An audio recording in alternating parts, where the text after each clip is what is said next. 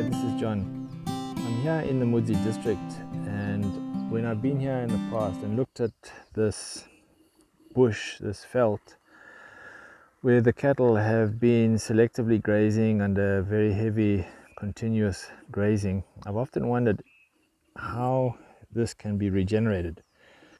And it just occurred to me as I saw something that I'll show you now, that it is very feasible even in this dry and brittle environment. So let me just take you over to this other place and I'll pick up the story from there. So here across this little road is an area where the field has been protected from cattle. So I would imagine this has not been grazed at all this season, and it's in effect been rested. And if you look in here now, you've got a very thick grass sward here.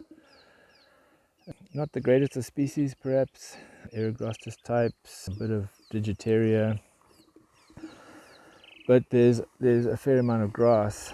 And when you come around here, you do find areas of panicum, some crow's foot. So, and amongst these thorns that they've put in here, you can see the grass has grown very well. You know, there's a fair amount of leaf in there. So these places can be regenerated with correct management of the grazing. And then a little bit further on, we come back to where the cattle are allowed continuous grazing. And you see very little and sparse grass, not very good ground cover, and a fair amount of broadleaf in here. Of course, these thorn bushes are providing some kind of a browse for the goats and cattle. But yeah, this somehow is not going to carry many animals, being so weak. Honestly, something needs to be done. You do get some odd legumes in here, which is quite interesting. You see these legumes here, this one flowering. So there is some nitrogen going into these fields in addition to a bit coming from the cattle and goats. But really, it needs some form of controlled grazing and improvement in the way this is managed if we're going to get these lands up into a more productive state. Again, you look under this tree here where it's a bit protected from the thorns, how well that grass has grown. And over here as well, you know.